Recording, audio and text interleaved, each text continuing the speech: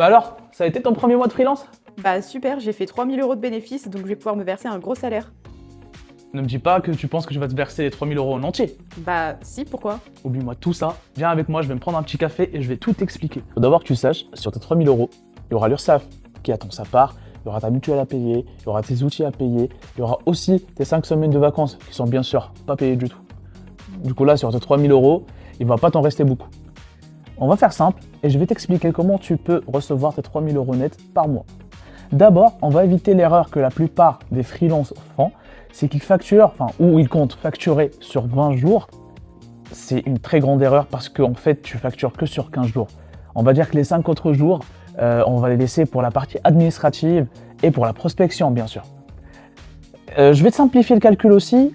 Pour avoir tes 3000 € nets à la fin du mois, il faut sur les 15 jours facturer un TJM de 370 €.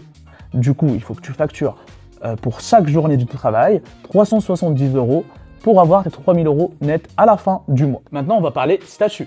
Quand tu es freelance, tu as 3 options. La première va être la micro-entreprise. Elle est simple à gérer, mais tu ne déduis aucun frais. Et je comprends que des fois, ça peut être un peu contraignant. La deuxième option va être la société en SASU ou en URL. Tu auras plus de gestion, mais tu pourras beaucoup plus optimiser. Et la troisième option va être le portage salarial.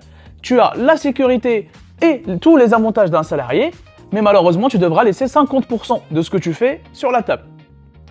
Ton prix et ton statut, tu les fixes selon tes charges et selon tes objectifs. Pas au hasard. Mais dis-moi Eman, comment tu sais tout ça? Je suis abonné à CARE, fais de même.